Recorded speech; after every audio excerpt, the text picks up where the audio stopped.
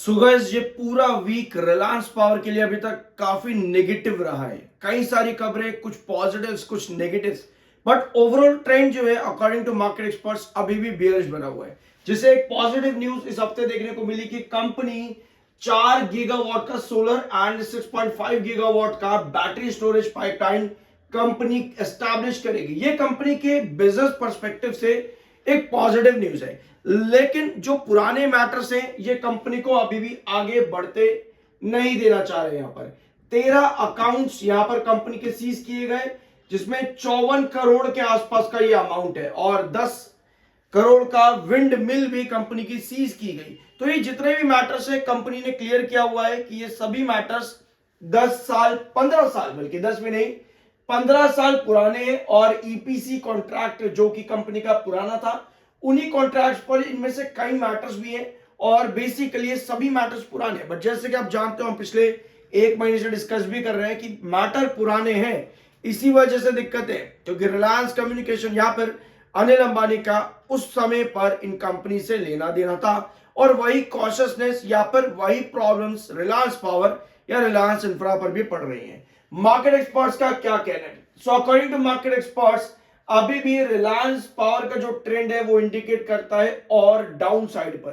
तो इन्वेस्टर्स को अभी यहां पर काफी अलर्ट रहना चाहिए। ऑल्दो लास्ट वीडियो में हमने डिस्कस किया था कि ऐसी सिचुएशन पे जहां पर इतनी खराब कंपनी की सिचुएशन हो जाए और स्टॉक जो है वो 100% वार मार्जिन पे है, यानी कि अगर आप एवरेजेस के लिए आज मान लो कि मंडे के दिन आप एवरेजेस के लिए जाते हो और आप चाहते हो कि भैया इतनी खराब सिचुएशन में कंपनी में रहना मुश्किल है, तो उस कंडीशन पर मंडे पे आपने एवरेजेस करा, आप चाहते हो ट्यूसडे को एग्जिट कर देना, तो ऐसा भी कर पाना मुश्किल है क्योंकि वार मार्जिन 100% है, तो इसमें आप बीटीएसटी भी नहीं कर पाओगे।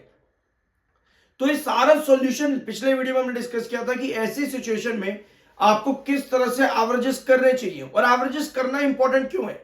अगर आप चाहते हो कि इस तरह की कंपनी के बिजनेस को देख करके हम कंपनी में आगे बने रहे, बट बाकी की जो सिचुएशन है वो कंपनी को आगे बढ़ने नहीं देगी, तो इसी वजह से एवरेजेस, और जब तक ये सिचुएशन कंपनी की सॉल्व नहीं हो जाती आपका दूर रहने में भला ही है। ऑल हम जितना मर्जी कह दे कि भाई सरकार यहां पर ईडी अंबानी को आगे बढ़ने देना नहीं चाहती है, इधर उधर की बातें चाहे हम जितनी मर्जी कर ले, बट एक्चुअल सॉल्यूशन निकलना जरूरी है जो कि फिलहाल के लिए नहीं है। Apart from this, recently company के रिलायंस कैपिटल ने रिक्लासिफिकेशन करा फ्रॉम प्रमोटर टू पब्लिक, यानी कि अब उनका कंपनी के मैनेजमेंट में यहां पर बिजनेस में यहां पर बिजनेस प्लान्स में कुछ लेना देना नहीं रहेगा रिलायंस कैपिटल का। ठीक है, तो रिक्लासिफिकेशन जब होता है पब्लिक में, इसका मतलब यह है कि वो कंपनी के मैनेजमेंट में ज्यादा दिक्कतें नहीं क्रिएट कर पाएंगे, यहां पर उनमें काम भी नहीं कर पाएंगे। समझे इस चीज को? तो ये बड़ा डिसीजन कंपनी ने लिया है इसी हफ्ते और बहुत चीजें हुई है इस हफ्ते रिलायंस पावर में। टेक्निकली स्टॉक न्यूट्रल है, 31.6 का आरएसआई, 35.6 का एमएफआई, लेकिन एमएसीडी सिग्नल भी आपका बेरिश है।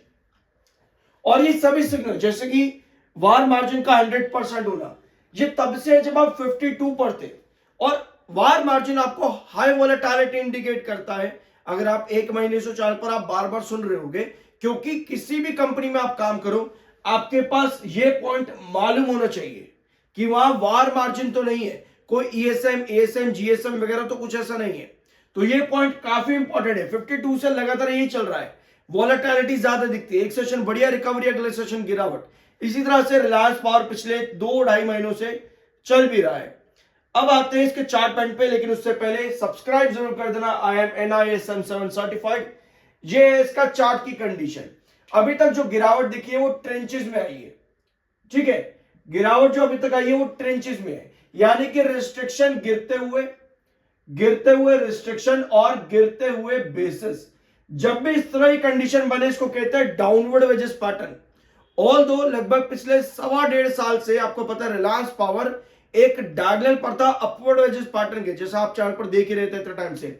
लेकिन उसके बाद जैसे ही 44 टूटा है तब से आप इस तरह के एक वेजेस पैटर्न डाउनवर्ड के अंदर यहां पर हो। अगर आप चाहते हो कुछ बड़ा मिल भी जाए इतनी खराब कंडीशन पर, तो आप देख रहे हो यहां पर 36, ये आपका फाइनल बेस था, क्रूशियल बेस। ये इसी हफ्ते टूटा भी है। ठीक है, ये बेसलाइन इसी हफ्ते ब्रेकडाउन हुई है उसके बाद में कहां पर आपने बेस लिया, 32 के पास जाकर के आपने अगला बेस लिया। यानी अगर आप चाहते हो कि यहां से आपको ब्रेकआउट मिले तो उसके लिए 36 ये वाला लेवल आपको ब्रेक करना पड़ेगा कुछ इस तरह। नहीं कर पाते तो भैया आपका बेस लाइन जो 32 है वो और भी ज्यादा गिरावट में आता है, इसको कहते हैं डाउनवर्ड वेजेस पैटर्न।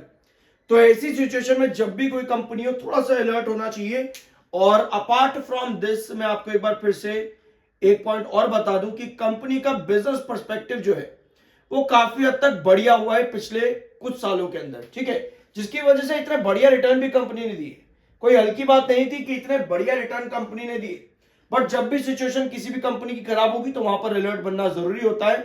और कंपनी के रेवेन्यू ग्रोथ भी अच्छा चल रहा था पिछले क्वार्टर में, सितंबर में अच्छा ग्रोथ भी कंपनी ने शो किया था 1974 करोड़, जो कि ईयर ऑन ईयर बेसिस पर काफी बढ़िया रेवेन्यू था, ठीक है। लेकिन कंपनी का जो पूरा का पूरा मोटिवेशन है ऐसे में चले जाता, और कंपनीज का ही नहीं बल्कि अगर आप इन्वेस्टर्स की बात करो, जैसे कि आपको सितंबर में नजर आया कि एफआईएस और डीआईएस ने खरीदारी करी, तो कहीं ना कहीं दिसंबर का जो डाटा आपके पास में आएगा वहां पर इन दोनों होल्डिंग पैटर्न को भी देखना जरूरी है, क्योंकि कंपनी में ये चीज मेंशन्ड है। कई बार ऐसा होता है खराब सिचुएशन में आपके इंस्टीट्यूशनल इन्वेस्टर्स कंपनी में एग्जिट करते हैं और सबसे बड़ी एंट्री पब्लिक की ही वहां पर देखने को मिलती है।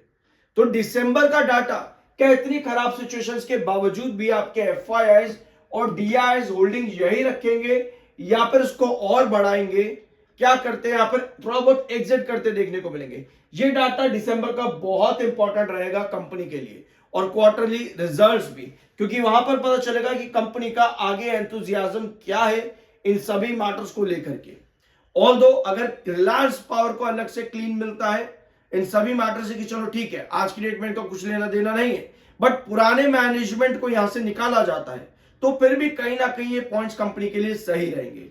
बाकी आपका क्या ओपिनियन है, क्या रिलायंस पावर सही में इन मामलों में पूरी तरह से फंसेगा आने वाले टाइम पे, या फिर थोड़ा बहुत बच सकता है कंपनी? कमेंट बॉक्स में यस या फिर नो में अपना ओपिनियन जरूर शेयर करना। मिलता अगले वीडियो में।